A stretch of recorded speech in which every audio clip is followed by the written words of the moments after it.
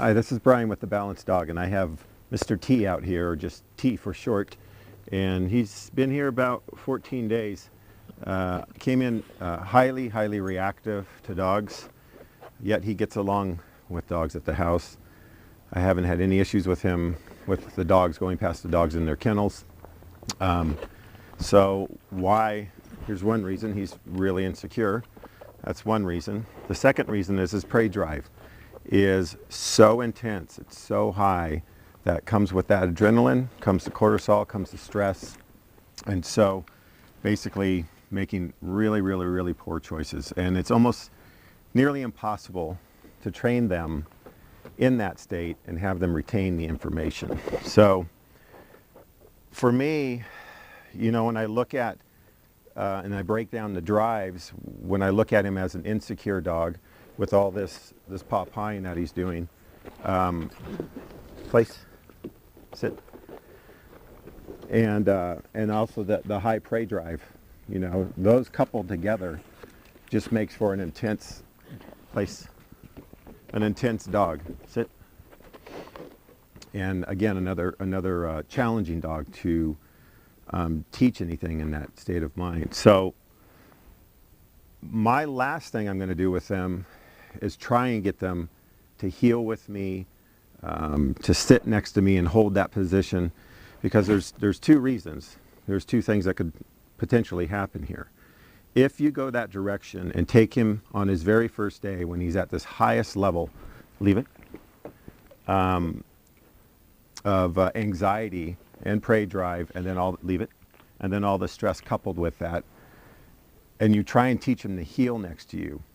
He also had a lot of flight too, so it was a mix between prey drive and flight behavior that I was seeing in the beginning. So if I force him to heel with me, then I can be suppressing that flight drive, which is not good.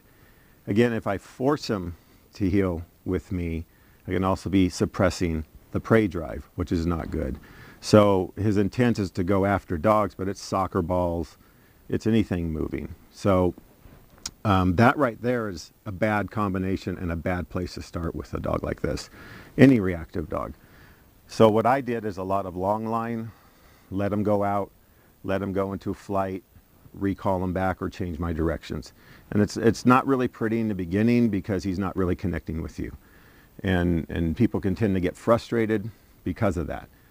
But I know his pack drive was high, so I know if I started depleting that anxiety and bringing all that adrenaline back under control, then I'd have a better chance of teaching him what I needed him to know in any given situation. So what I did, once I got that sort of out of his system, and he started connecting with me more, then I can start teaching him to come into my side and sit. And then I moved him over and to start working him on the place. So my goal with him is to somehow fulfill that prey drive, drain that energy, and then build up his confidence through all of this. So, but the trick is his prey drive would go from 0 as soon as he stepped out the door to maximum overdrive. So he really knew nothing in between that. So my goal was to teach him different levels of prey drive and then cap it and then bring him back into place and let him decompress. So with that combination, the combination of all that together, it took about 10 days to finally get that under control.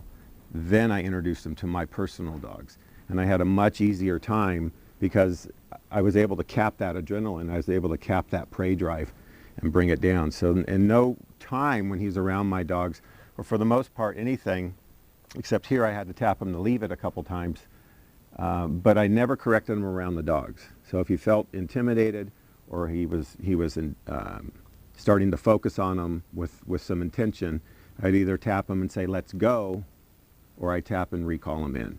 So in both situations, I showed him how to get out of the situation, not keep him in a stressful situation and correct him in a stressful situation. That's not going to bode well. And again, the potentiality of suppressing the drive is highly likely. And that's got to squeeze out somewhere down the line. So whether he's going after this dog and now he gets corrected for it and he doesn't, he's going to ricochet onto the next one, and it just keeps kind of snowballing. So what I'm going to do with him right now is just kind of show you the ball is totally out of the equation because it takes him to like this extreme overdrive, which I have some video here of him when I was kind of first got him in, so you can see where it gets super intense. So what I started with was teaching him to find a bumper that was scented out with like a quail scent. And then one day he ended up grabbing a bumper, but his intensity was really good. So, and then he was bringing it back. So I've done a mix of retrieving it and then sending him out to find it. So let's see if he'll come on in. And he's over there taking care of some business. Right here. Here he comes. Good boy, buddy. Place. Place. So an interesting thing about him too is that when he came in and I started doing e-collar foundation work with him, he worked on like 5, sometimes lower. Because of that adrenaline and because of his low defense drive, he became like super hypersensitive. So again, if you're going to use a pinch collar or an e-collar combination and you're going to increase that pressure to get him to comply to be by your side, you're going to suppress the drives. You're going to shut the dog down, or you're going to force the dog to redirect on you. So again, not a good way to start. So here we have him holding his position. Place. So, and again, I'm not correcting him for getting off the place. Place. Because I don't want him to see that place as a punitive. So I'm going to do a couple retrieves with him just so you can see how he gets jacked up here, and then I'm going to bring him down. Get it? This is not a good activity, but I can do 1 or 2. Place. And I like the way he comes back in with it. Now he likes to turn his head like this. T. T. Sit. Good. So what I've been doing is just T. Thank you. There you go. I don't want to just take it out of his mouth. All right, so I'm going to praise him up for bringing it in. Attaboy, buddy. Out. Out. Good. Sit. Place. Place.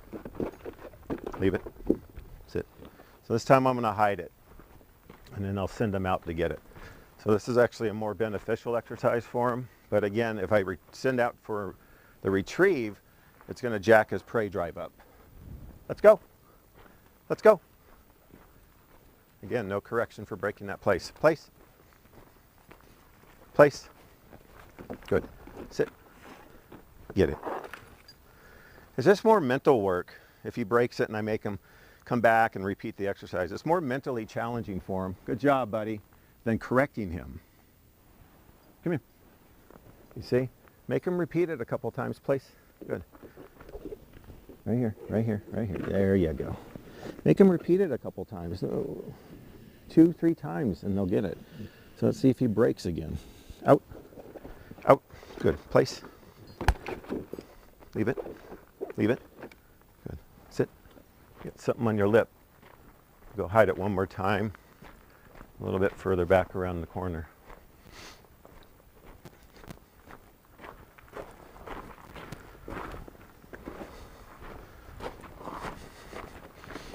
And again, if he breaks that, I'm just going to repeat the command and set him back on it.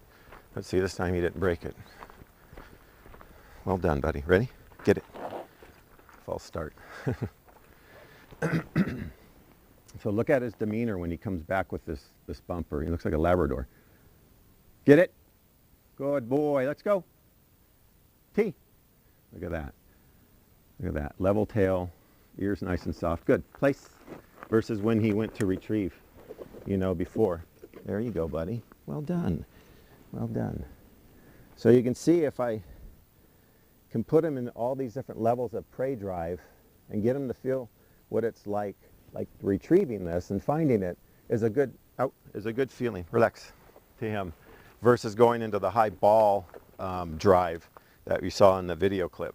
So again, this is a huge strategy I use to get him over the reactivity of the dogs. And I didn't use dogs for the first 10 days, 12 days. Yeah, 11 days. All I was doing was this and increasing his drive. I was increasing it little by little. I was using food sometimes to bring that drive up a little bit. and then bring it back down again. So I can show him some kind of middle ground instead of the 0 to the total red line. Place. Drive that he was on when he came in. Leave it. See, and now I can start correcting him for these sort of demanding little behaviors, but it doesn't affect him. You know, it doesn't shut him down because my corrections are very light. It's a leave it. You know, I taught him leave it on very benign things like tracking something I didn't want him to track. I didn't teach him leave it when he was in a high state of reactivity around dogs, because then I can make him more fearful of dogs when they come down the road, you see? So take the time, give him what he needs. He needed to fulfill the prey drive. Place, sit. And he needed, place, he needed confidence. He needed to build his confidence. Place. Good. And then once we had those things established, then I brought him in with the dogs. So he's been great with the dogs now, doing little pack walks and stuff with them. And this is a completely different dog. 2 other things. We're getting a thyroid check, but in the meantime, I put him on a Volhard B complex, and I also put him on a standard process adrenal support. So those are other factors that could have played into the part of making this all happen. So, and Volhard endurance on this food. So all 3 of those things are great for these anxious and stressed out dogs. So, ready, buddy? Relax. Let's go. That's Mr. T. A much calmer dog. Right, buddy? Sit. Yes. Much happier dog, in my opinion. Right? Relax.